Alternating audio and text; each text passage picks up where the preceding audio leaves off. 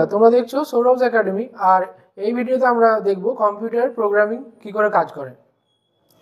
আমাদের চারপাশে যেসব যন্ত্র আছে সেগুলো সবই কোনো না কোনোভাবে কম্পিউটার চালিত।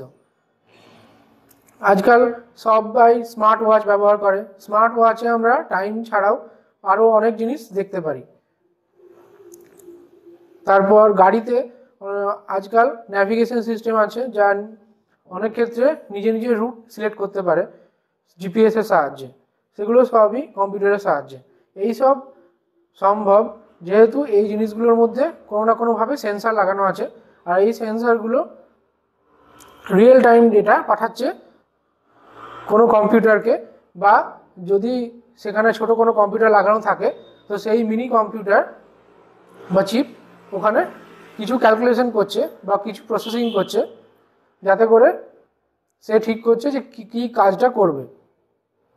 তো এভাবে আমরা যখন কোনো যন্ত্রকে দিয়ে কোনো কাজ করাই তখন সেটাকে আমরা প্রোগ্রামিং বলি। এবার আমরা ফর্মাল ডেফিনেশন দেখে নেব। কম্পিউটার কিন্তু নিজে থেকে কোনো কাজ করতে পারে না। কম্পিউটার সবসময় প্রোগ্রাম করতে হয় কাজ করানোর জন্য। যেমন আমরা দেখছি যে কম্পিউটার ডেফিনেশন কি, এই computer is a giant complex electrical circuit. কম্পিউটারকে আমরা বলতেই পারি যে এক বিশাল এবং খুবই জটিল ইলেকট্রিক্যাল সার্কিট। আর প্রোগ্রামিং কি না, a program is a sequence of instructions that specifies how to perform a computation.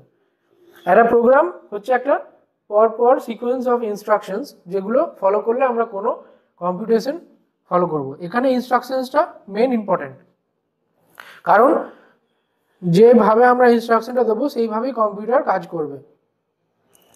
এই ইনস্ট্রাকশনসগুলো করকম হতে পারে না, বেসিক্যালি 5 রকম হতে পারে।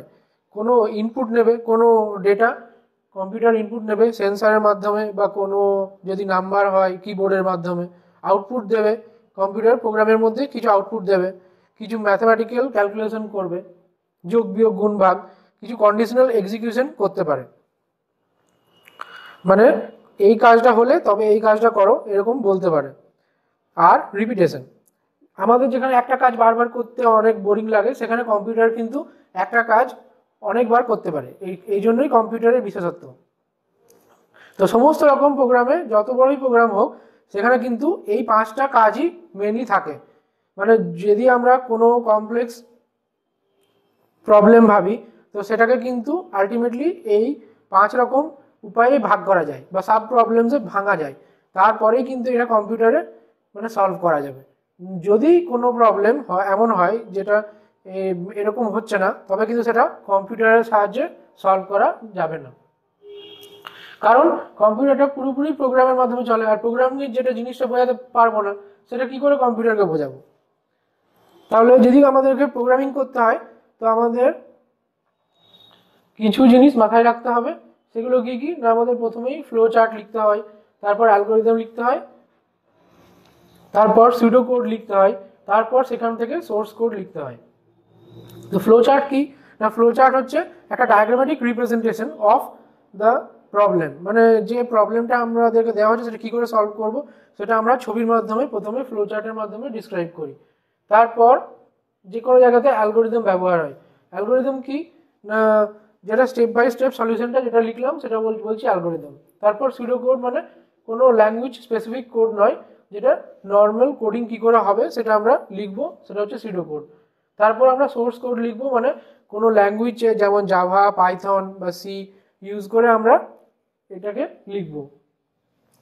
তো জেনারেলি আগে কি হতো না, লো লেভেল ল্যাঙ্গুয়েজ ইউজ করা হতো কোনো প্রোগ্রামিংয়ের জন্য। লো লেভেল ল্যাঙ্গুয়েজ মানে যেমন ফরট্রান, সি, এগুলো হচ্ছে লো লেভেল ল্যাঙ্গুয়েজ, মানে এগুলো হার্ডওয়্যারের বেশি কাছাকাছি। আর হাই লেভেল ল্যাঙ্গুয়েজ কোনগুলোকে বলবো? হাই লেভেল ল্যাঙ্গুয়েজ মানে যেগুলো ইংলিশ ল্যাঙ্গুয়েজের মতন অনেকটা লাগে, যেমন জাভা, পাইথন, এগুলো হচ্ছে হাই লেভেল ল্যাঙ্গুয়েজ। তাহলে লো লেভেল ল্যাঙ্গুয়েজে প্রোগ্রামিং করলে অনেক বেশি কোড হবে, কিন্তু অনেক কম টাইমে এক্সিকিউট হবে। যেমন আগেকার দিনে যখন কম্পিউটার প্রথম আবিষ্কার হয়, তখন বেশিরভাগ প্রোগ্রামিং কিন্তু লো লেভেল ল্যাঙ্গুয়েজে হতো। সেজন্য যে কেউ প্রোগ্রাম লিখতে পারতো না, সেজন্য সবসময় ইঞ্জিনিয়াররাই প্রোগ্রাম লিখতো। আর সেটা লিখতে বেশ টাইম লাগতো, কিন্তু সেটা খুব তাড়াতাড়ি কম্পিউটারে রান হতো। মানে সিপিইউর মধ্যে খুব তাড়াতাড়ি এক্সিকিউট হতো। কিন্তু হাই লেভেল ল্যাঙ্গুয়েজের সুবিধা কি না, এটা অনেকটা ইংলিশের কাছাকাছি। মানে যখন আমরা কোনো প্রোগ্রামিং করব তখন সেটা আমাদের করতে সহজ হবে, কিন্তু কম্পিউটারে এটা এক্সিকিউট করতে বেশি টাইম লাগবে, সেই জন্য এটাকে বলা হাই লেভেল ল্যাঙ্গুয়েজ। আর এখন তো চ্যাট জিপিটি বা এই ধরনের জিনিস আসার জন্য আমরা যে কোনো কেউ প্রোগ্রামিং করতে পারে।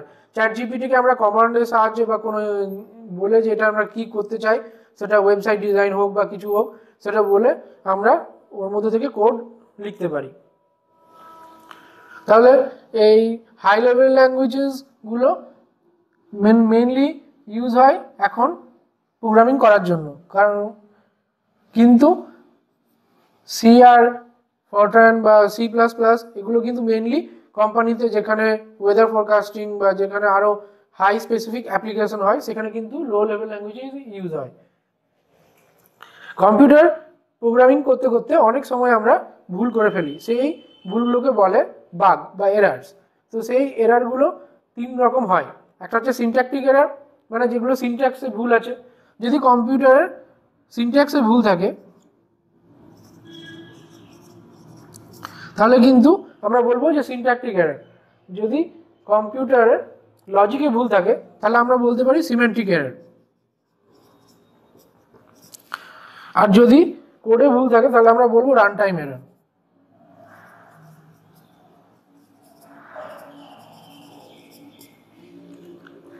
সিনট্যাক্স এরার কোনগুলো, যে না প্রতিটা, যেমন আমাদের ইংলিশ, বাংলা, হিন্দি এগুলোতেও একটা গ্রামার আছে, তেমনি কম্পিউটারের প্রতিটা ল্যাঙ্গুয়েজে একটা গ্রামার আছে যে এইভাবে লিখতে হয়। তো সেইভাবে যদি না লেখা হয় তখনই ওটা সিনট্যাক্স এরার দেখাবে কম্পাইলার।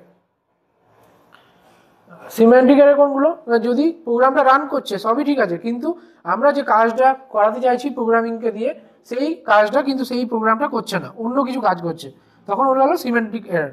আর রান টাইম এরার কোনগুলো, না রান করার সময় যখন কোনো ভুল হয় সেটাকে বলছে যে রান টাইম এরার। মানে এমনিতে বোঝা যাচ্ছে না, সিনট্যাক্স এরারও নেই, সিমেন্টিক এরারও নেই, কিন্তু রান করানোর সময় কখনো কোথাও ভুল হয়ে যাচ্ছে সেটাকে বলছে সিমেন্টিক এরার। এখানে বলে রাখি, যেহেতু কম্পিউটারটা একটা ইলেকট্রিক্যাল সার্কিট, সেই জন্য সোর্স কোড যখন আমরা এক্সিকিউট করি তখন কিন্তু এটা বাইনারি কোডে কনভার্ট হয়। বাইনারি কোড মানে কি না, একটা series of zeros and ones, 0 আর 1 এর একটা সিরিজ। কম্পিউটারে কিন্তু আলটিমেটলি এই বাইনারি কোডটাই বুঝতে পারে এবং বাইনারি কোডটাই এক্সিকিউট করে। তাহলে এই সমস্ত জিনিসগুলো আমরা পরের ভিডিও দেখব।